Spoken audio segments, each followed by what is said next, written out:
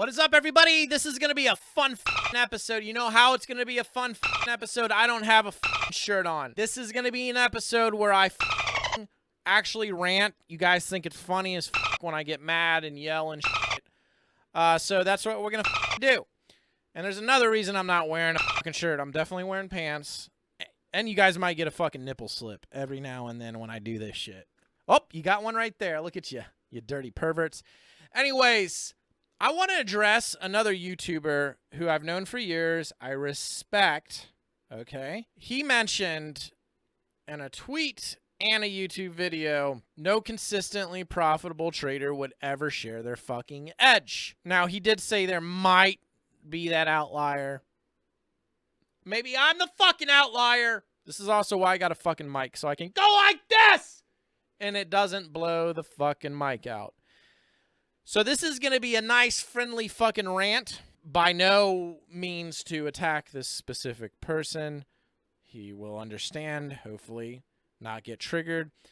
So we need to have disclaimers in the beginning of the video. But even when I make controversial fucking videos and put a fucking disclaimer right in the first fucking minute, people don't seem to fucking hear it. This video is also directed towards you motherfuckers as well. I'm going to go ahead and debate why a trader who's consistently profitable would share their strategy. And I'm going to go ahead and get possessed with the spirit of Fat Cat. So I will be yelling, cussing. It'll seem like I'm angry. It'll seem like I am fucking yelling at this one specific person. However, I'm going to take those points because it's not just this one specific person. It's other people too. When you've been doing something long enough, you hear the same bullshit. See, here we go. Here we go. No offense taken, right? You hear the same fucking bullshit over and over and over, and it's just, what the fuck? There's no logic behind it. So what I'm going to do is use Fat Cat logic, and I'm going to go ahead and tell you guys, because I share everything, okay? If you're unaware, I'm trying to start a prop firm. I've been coaching Chronic, which I've written a lot of stuff on. Chronic on X, the Tradecraft. If you go to the link in the description, Tradecraft. I have blogs. We're actually making a Fat Cat website to write blogs. I like writing. I just love fucking making big content and writing a lot of shit about trading. I'm fucking passionate about it. So first and foremost, why the fuck why are you scared to even fucking share the trading? That's my fucking question. And this specific trader did raise some fucking points. You worked really fucking hard on something for years. Why the fuck would you give it away? You would only share that with your closest family members or friends. You know what? If I had my dream car is actually a Ferrari F40, if I had the keys to that, I would not give it to my fucking parents to drive, first and foremost, or my fucking senile all my grandparents are dead, but my girlfriend's grandmother, for example, has not driven a fucking car for 10 fucking years. I wouldn't give her the fucking keys to the fucking car. I have some close homies I would give the keys to. No strangers, yes, that's a good fucking point, but that is a car. That's a bit different than a trading strategy, okay? I would argue, because the one trader says, driving the Ferrari, yeah, if you're doing performance driving, that's one thing, but to putt around in the fucking neighborhood, that's a different thing, okay? I think a big reason a lot of people wouldn't share their fucking strategy is they're scared that somebody's going to just steal it and take it away, okay? Now, I want to talk about a book I've been going through called Black Box Thinking by Matthew Sid. He actually wrote one of my favorite trading books that has nothing to do with trading called Bounce. And it's how talent is overrated and how top athletes actually got good. Black Box Thinking, because I want to talk about this book. If you go through Black Box Thinking, this video is going to make a lot more fucking sense, okay? So, black boxes, airplanes have black boxes, right? When the fucking pilots are having problems, let's say Fat Cat's the pilot of the plane, right? And we got some problems. The fucking, I don't know, the wing came off and the son of a bitch is upside down, okay? They need to hear what the pilot and the co-pilot are fucking talking about. Well, if I was flying, it would be like, oh, shit! Because that's scary. And I don't like roller coasters, so when you feel the G-forces in your stomach going right up into your fucking chest, I'm going to be freaking the fuck out. Okay? So they need to know what was going on in that cockpit. And if I was flying, they would realize that there was no productive speaking going on, right? It was just full-blown cussing and all sorts of other shit, right? Then they have another black box. It's in the same black box, but there's two of them. The other one has all the data on the fucking flight controls, the fuel coming into the engine, so they can see, oh shit, the wing fell off. They could see that because there's enough sensors. So the way this book starts off is this woman, 35 years old or some shit, she's gonna go get a routine surgery. It's not a big deal surgery, right? Nobody dies from this. It's just some shit. She's healthy or whatever. I don't know what it is. A nose job. They don't really explain what it was in the book. But she went in and they couldn't get her oxygen levels up when they put anesthesia on her. So she fucking, she ended up, her brain got melted, was in a coma for 11 days, and then she died. Okay? And the doctors told her husband it's just one of those freak things. Well, the doctor was, or the husband, I should say. The husband was not happy with that fucking answer. So the husband happened to be a pilot. So he started investigating what the fuck happened. So a lot of the beginning of this book talks about the difference between the medical field and the airline industry. The airline industry is super safe, at least in America. If you guys live in fucking Kazakhstan or some shit, those airplanes might just be falling out of the sky. They've been falling out of the sky in America lately. However, it is substantially safer than the medical field. Number one is when the airline industry, or just airplanes in general, a lot of people are fucking dying. A lot of people are dying. You know, when the Wright brothers invented it, and then World War I, a lot of people were just falling out of the sky. They have the FAA, who's, well, it's not the FAA, it's the fucking NTSB, National Transportation Safety Board, or whatever the fuck they're called. They're the, like, FBI of airplanes. They're going to investigate what the fuck happened, and then they analyze everything. If the fucking airplane goes in the ocean, they pull it out of the ocean. They look for all the fucking pieces. They stick it in a fucking warehouse. They try to put it together. They look at every fucking thing, figure out what the problem was, make new safety protocols, and boom, aviation gets safer every fucking year. Just like the guy who landed in the Hudson, Sullenberg. If it wasn't for all the fuck-ups before him and the lessons, a lot of the safety equipment and procedures to do that water landing would not exist. Okay? So about 1 in 2.5 million or 250 million flights or some bullshit like that. It's a really high number. There's a problem. I think it's 250 million or some shit. That sounds more right. You guys can fact check me or whatever. It's a really high rate. But in the medical field, there's like 2 Boeing's worth, like 747's worth of people dying like every fucking 2 days or some shit. And the problem with the medical industry is they try not to figure out what the fuck is going on. Most cases. Now, things might be changing, but at the time of the writing of this book, there were plenty of examples where people are dying, the doctors don't try to figure it the fuck out. There's chapters on cognitive dissonance and narrative, and how dangerous narrative can be. And I think saying no trader who's consistently profitable would give away their fucking edge. That's a fucking narrative without tests! Okay? There's a really good chapter in the book on a program called Scared Straight. It came out in America in the 70s. They would take kids who they weren't really the best kids. They seemed to be on a criminal trajectory. So what's a good idea to fucking scare them out of doing bad shit? We'll take them to fucking prison, and then for several hours, we're going to have fucking prisoners fucking yell at them. So the moment they go into fucking prison, you've probably seen episodes of this. If not, check it out. So all these kids, these teenagers, go into a fucking jail, and then you got fucking Bubba going, oh, oh, oh, oh, ooh, I'm gonna spit on that ass.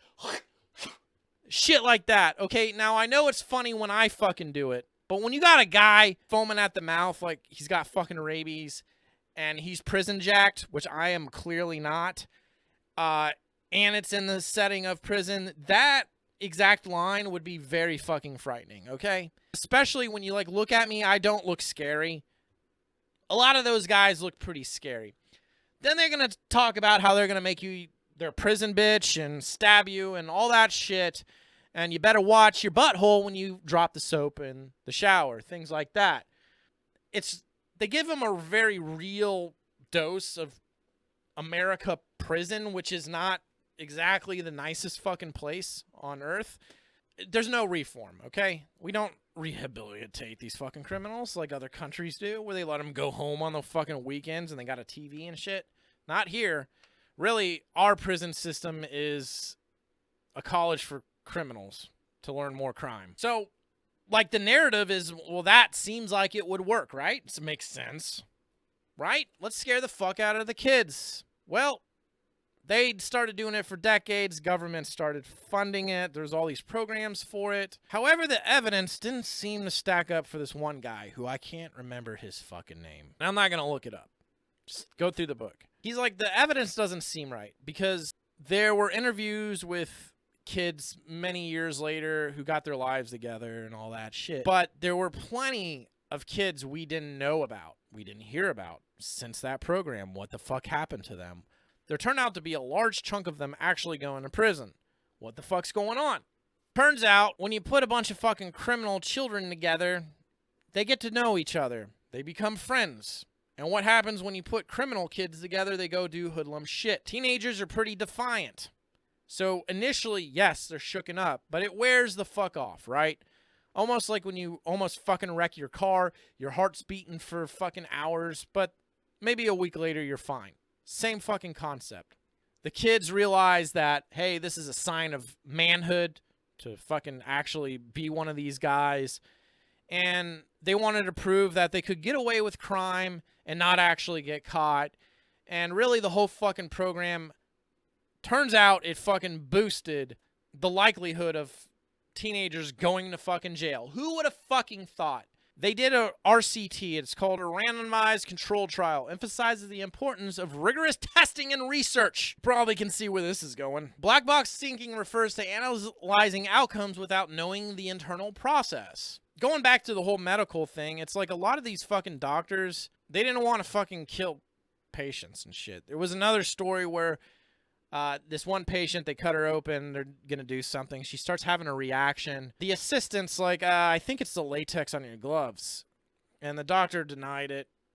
He's like, well, we got this far. It's not the gloves. And then the assistant's like, well, you are just now getting into the bloodstream. I think it's the gloves. Doctor goes in, another reaction. The assistant's like, holy fuck, we're gonna kill the patient if we don't do something about the gloves. Tells the doctor, I think it's the gloves. You should change the gloves. The doctor's like, I'm not changing the gloves. It's not the fucking gloves. So the assistant's like, look, if I'm wrong, all it did was take you 5 fucking minutes to change gloves. If you're wrong, you're gonna fucking kill her! So what did the doctor do?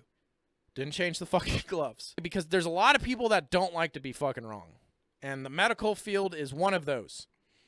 So thank God, because the assistant contacted the dean of the fucking hospital, made it happen. Turned out the patient was allergic to latex, which was what the fucking gloves were made of. And the doctor could have fucking killed the patient.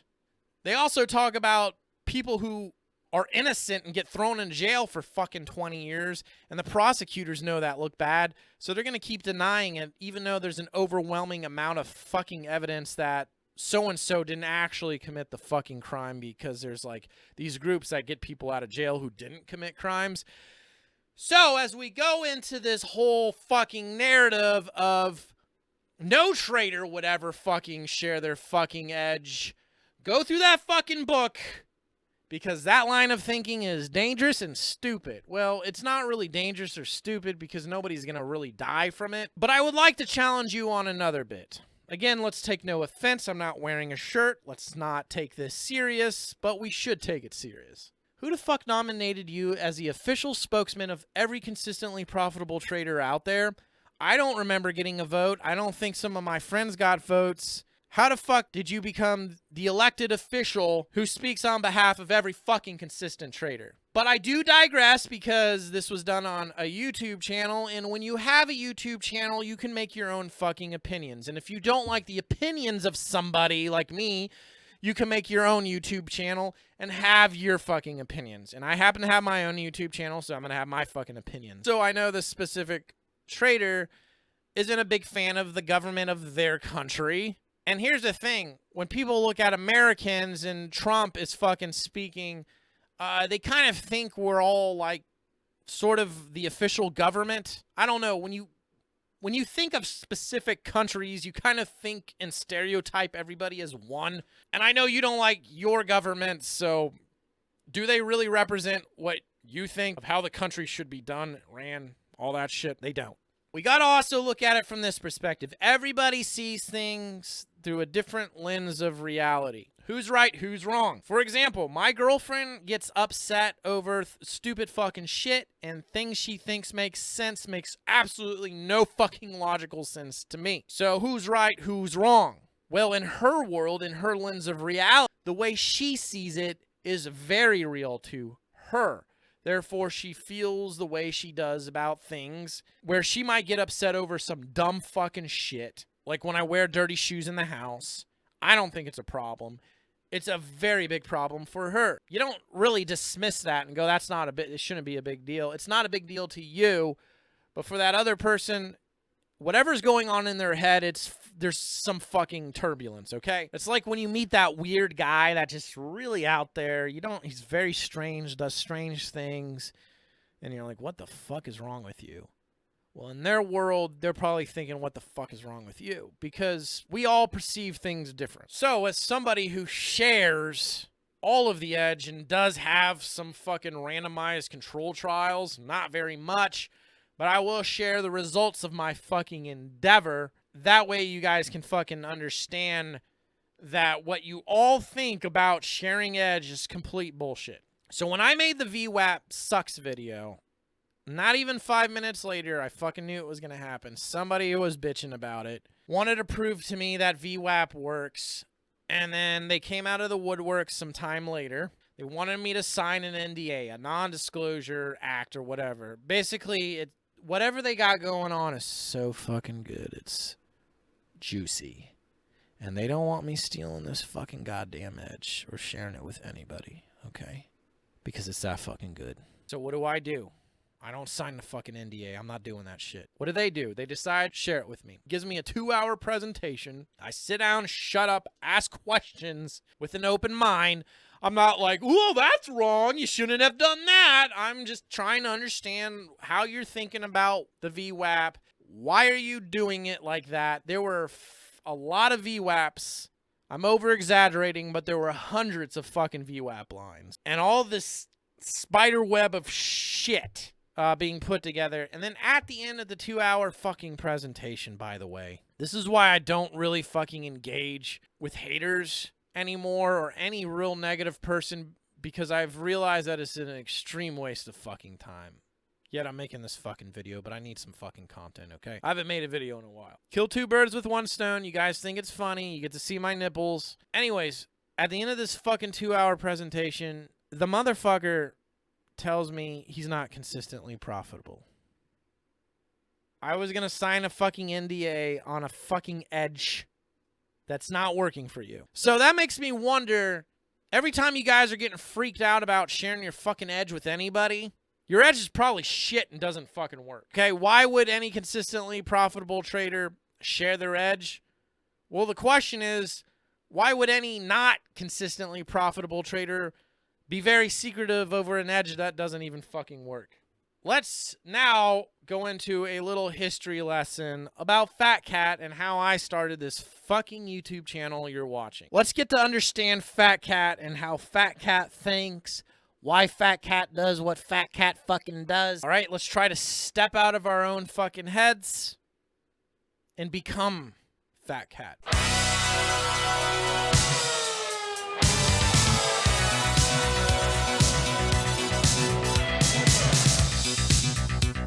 Starting this channel was a fucking accident. The way I started this channel was I don't remember. I just happened to be talking to somebody on a chat, like this kind of a chat. I don't know if it was like Facebook or a chat room or some shit. But I remember I was talking to this one guy about fucking futures, and then he asked me a question about futures. So I'm like, well, instead of fucking just typing it up, because I always have too much to say, obviously, because I can't make anything like short. It's not my modus operandi, which there's a video on it. I just go into too much fucking detail. That's just how I operate, motherfuckers. Some of you are like, simplify it, get to the point. That's not how I work. That's not how you fucking work. And I've realized that. For a while, I'm like, fuck these motherfuckers because they don't have focus. And then I realized, wait a second, after I took this fucking test, modus operandi, Colby Index A test, again, there's a video on it. Look for it. I realized, wait, some people just operate where they need it straight to the point. When you start talking too much, their fucking heads are like this and shit. Doing what I do, I make a video. I'm just explaining to one guy. I'm like, oh, I put it on a YouTube channel. And he's like, oh, that was good. Has another question. And I'm like, all right, well, fuck. I'll make another video. And then I answered showing some shit, right? I'm just showing what I fucking know. So at this point, I learned about the depth of market. And I'm like, you know, I think I can make a depth of market video. There's not really any good ones at the time. Shit has changed since I've first got into all of this fucking 8-something fucking years ago. So I don't know. I like to be creative. I like to be artsy-fartsy. I like to just make shit. I used to make comedic skits. I like to make video content well before trading. So I'm like, maybe I can make like a how to read a DOM video because I'm really good at teaching. Like, I am good at fucking teaching people. It's not just trading. Like, other avenues in my life, I've always been able to teach people, new people at a specific job, how to do shit. And they're like, damn, you're good at this. So I just have a knack for it, right? Part of the reason why I teach the fucking edge. I just good at it. I like it. It's fun for me. So I make this video with really no intentions at growing the fucking YouTube channel. I just make a how to read a fucking DOM video. I'm like, whatever, I'm gonna do it, put it out there. No thoughts. Didn't really give a fuck what happened. Didn't want to see what happened. I mean, I was recording privately to that YouTube channel, like my trading sessions, like I tell all you motherfuckers to do. Record them. You're gonna actually put your YouTube recordings in the Tradecraft software. Link in the description, and it'll actually find the trades in the video recording, so that way you don't have to go through your recordings. So when you're reviewing like a 3-hour session, you can go straight to the trade, put it right in the fucking goddamn software, take the link from the URL, put it in there, figure out what time the session started, and it'll find the trades for you. So I was doing this, but I happened to host this how to read a DOM video, and then I started noticing, you know, comments coming in. People are like, this is great. Then they started asking me questions. My most popular video, I don't know how I pulled that off. I've never made a video as good as that one since I've tried. Somehow I got lucky. And when people are happy, you make, at least for me, when people are happy, it makes me fucking happy. I'm like, oh, fuck, they like it. I want to do more of what you guys like this video where I'm fucking yelling and screaming and shit because you guys think it's fucking funny, so I'm going to do more of that shit. So I start making more fucking videos, and then people keep commenting, oh, it's good, it's great, the best shit on YouTube, whatever. So I just keep doing it. Eventually, it evolved into what the fuck it is now. On accident, really didn't plan on it. And for the longest time, I had the ability to get monetized, and my ego was like, oh, I'll never do that. I'll never be a sellout. Now look at me telling you to go to fucking Tradecraft. But I started to realize, I'm like, well, I'm already making the content. All I need to do is turn the ad revenue on, and it's like kind of like free money. I mean, I'm already doing it, and if I can just turn this on and get paid for it, why the fuck not? So made an announcement, became a sellout. So I'm sharing content, realize I can get monetized, turn on my monetization, start a free Discord, which I still do, back in January 2020. Back then, I was inspired by S&B Capital, Dr. Brett Steenbarger. He talks about in the medical industry how the senior medical students teach the junior medical students. Part of why I share and teach is there are a fuckload of studies that proves teaching reinforces the neural pathways, which in turn helps you understand the material at hand better. I share and teach because I know most people do not give a fuck about what I show. We'll get into that. We'll fucking get into that. I do it for myself. I do this content for myself. If you notice, I don't clean up the cussing. If I would have cleaned up the cussing, maybe my channel would blow up bigger. But I'm not doing that because I don't give a fuck about most of the people watching this shit. I want to make what I want to make because I want to do what I want to fucking do. I don't want to go around and fucking kiss fucking asses. Okay? Because that shit's fucking fake and disgusting. That's some politician shit right there, fucking kissing babies. Meanwhile, we'll go kill some babies in another country, you know, because they're not us. Start a war over there. Drop some bombs on those babies down there. Fuck them. But I'm going to kiss this baby. Dr. Brett Steenbarger inspired me with that. I already liked to do it. Was good at it. S&B Capital gets the senior traders to teach the junior traders. They figure out which junior traders have the personality types of specific senior traders, and then they try to pair them up. I'm inspired by this. I want to do this. I want to try to build it in a fucking Discord, which has not worked very well for the longest time. It's been about 5 fucking years now, and it has not worked out very well, gaining some traction. But Black Box Thinking also talks about how failure is absolutely fucking necessary. For example, Toy Story. Woody was originally supposed to be a collector's item toy on the shelf of a middle-aged accountant, and he was going to try to figure out how to go back to Andy. But that didn't jive with the kids when they fucking test filmed it. So they kept remassaging, fucking up, changing it over and over and over until it fucking actually fucking became what it was, and then it was very popular. We're actually doing that with our tradecraft. We have a system builder. It's made with nodes and shit. I have a video on how I made trading decisions. A lot of people really wanted that mind map. We're building it in tradecraft, and my dev has to rewrite the code because we keep running into problems. Because nobody's made one of these things. It's going to be sick. Because I'm going to do an episode on this channel where I show you how to build a system. But first, I have to go through the fucking teething process of doing it through this system. But so far, we're noticing interesting results between me and my prop trader Chronic with it. So you have to fail, you have to fuck up a lot. That's what trading is. So I start to realize as I'm doing this, I start helping people. Like I just start help. I remember this one kid, he was like 18 or some shit. And I just dump in so much time with this fucking dude. One-on-one for nothing, by the way. Dude disappears. I did that for a lot of people. I've sink in a lot of time and effort with traders who just disappear. That's an example of, you know, most people just don't give a fuck. Okay? So I've just streamed for 5 consecutive fucking years.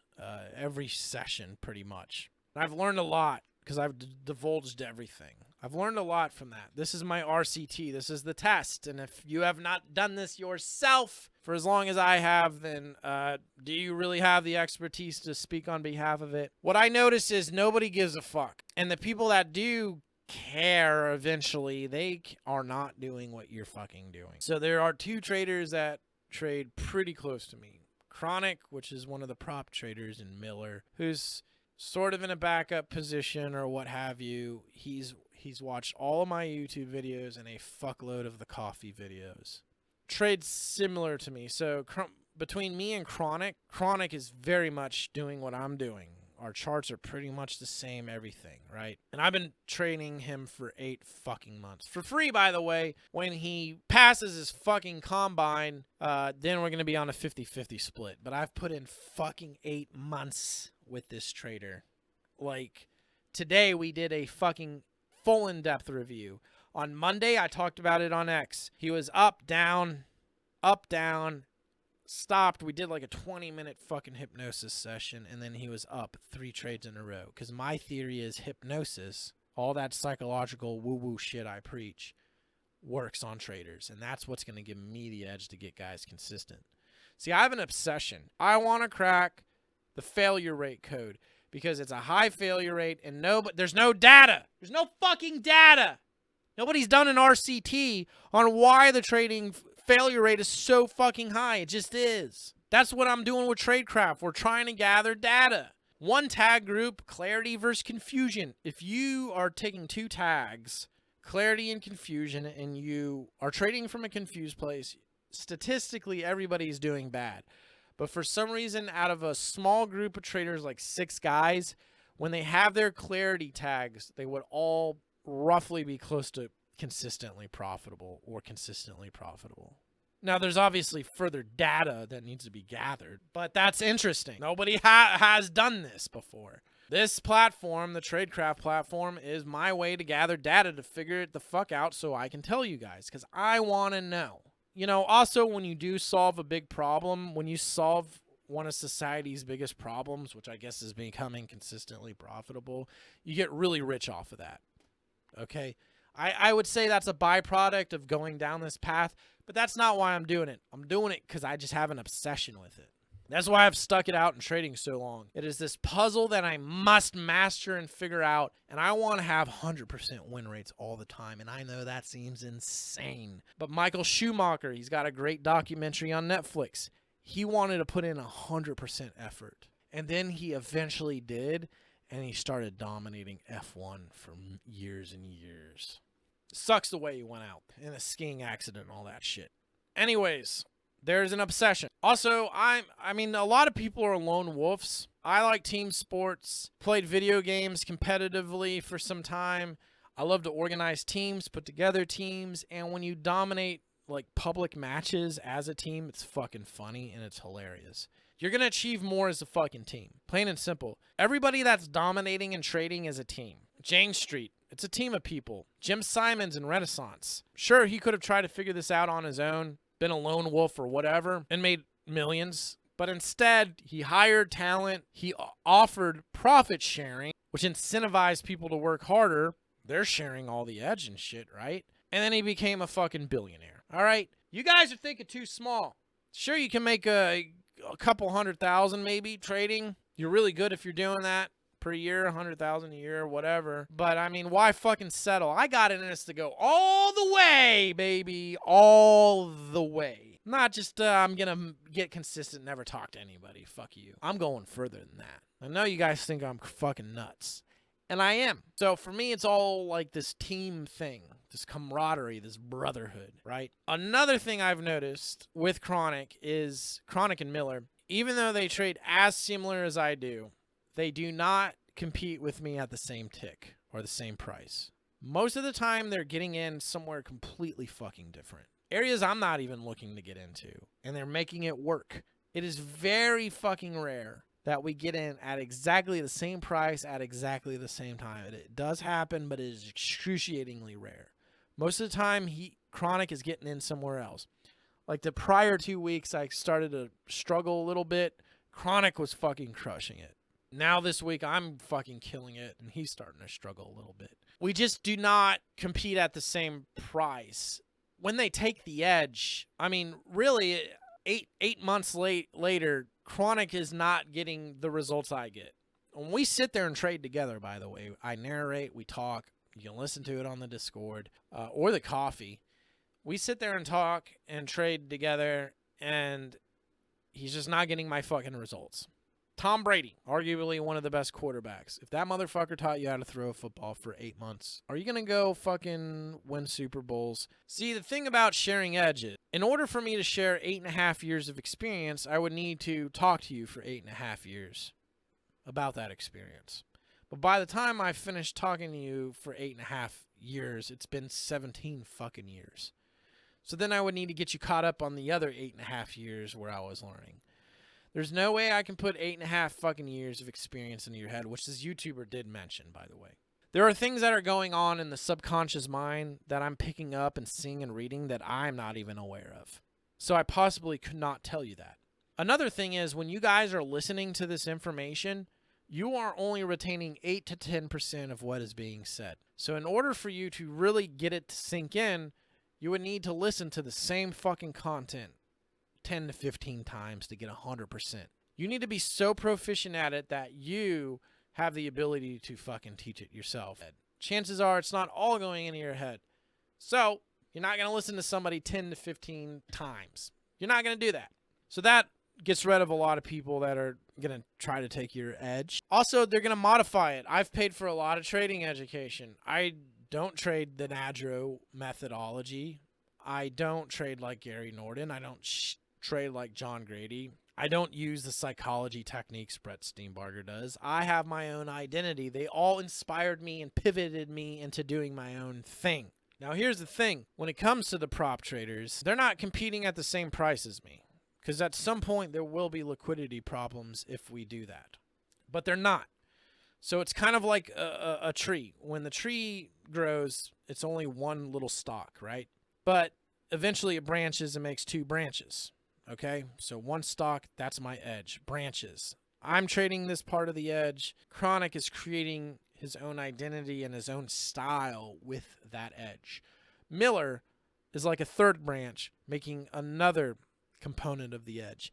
And as a team, it's like a tree. It's making hundreds, thousands of branches. The more people you're bringing in, the more you're sharing on the edge. This is probably what Renaissance did and all these other Jane Streets. That's why they want to hire discretionary traders.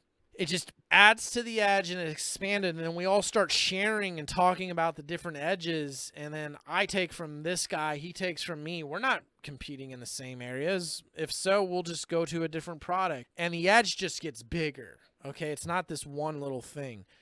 It starts to expand into this forest of fucking trees.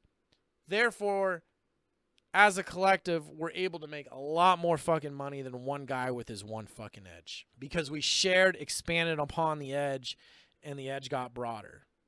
It makes sense. And in order for somebody to really get the edge, you sell a course or what have you.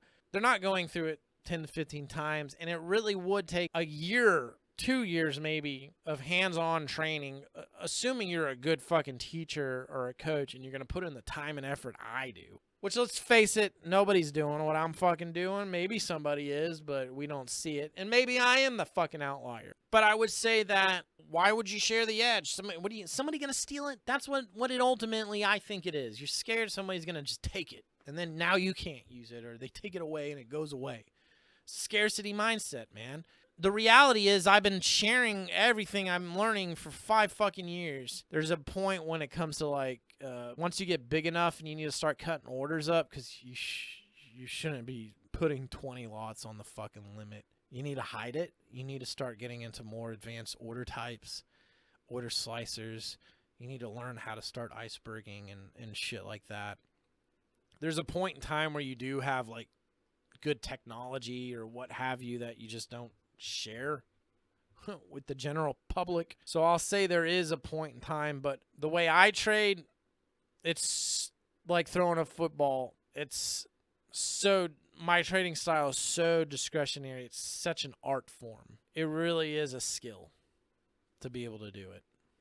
It's not like when this happens, you do that. I don't really believe that's a good way to trade, but nobody's proven it to me otherwise. So why else does Fat Cat want to do this? But it's my belief to help people.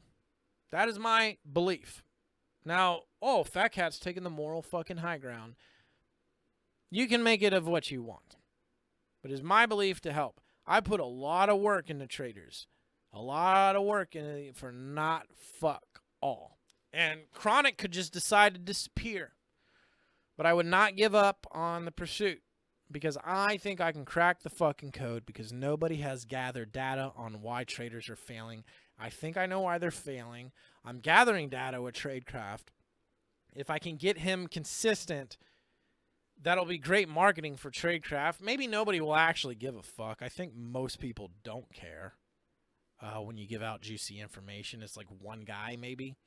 But hey, I do it for him, right? And then we can grow as a team and fucking dominate. I want to be tier 1 prop or be the next Jane Street. I don't fucking know, but I know I have it in me, and it's going to take a lot of work, a long time to get there. But I'm willing to do it. I've committed to this. I have my reasons to do it. Now, if you have your reasons not to do it, that is completely fine. But I completely disagree that no consistent trader would share their edge, because edge is being shared. And it's being shared at the top. Jane Street. Renaissance shared the edge. S&B Capital, those traders are sharing their edge. Kirshner, which is another prop firm, they're sharing their edge. So it is getting shared. But as a sole retail trader, yeah, maybe most aren't doing it. And honestly, I think you need a team to become top. Because Chronic, he just would not be as far as he would if it wasn't for what I get him to do and shit. Because as a retail trader, you need to be your own fucking accountability partner, your own psychologist, your own fucking risk manager. You got to find some form of fucking motivation to do everything. Like, if you're working for somebody else, you're more likely to get the tasks done. Most people are employees. Most people are not self-starters. Most people don't build their own businesses. Trading is building your own business, and it's going to be a lot easier if you just go work for a professional prop firm, because you got a bunch of people, and then when you're working in that energy with all, you see your peers outperforming you, it's probably going to make you want to perform better. So that's another benefit to the team aspect of it all. Anyways, guys, I hope you enjoyed this fucking episode. I will see you in the next one.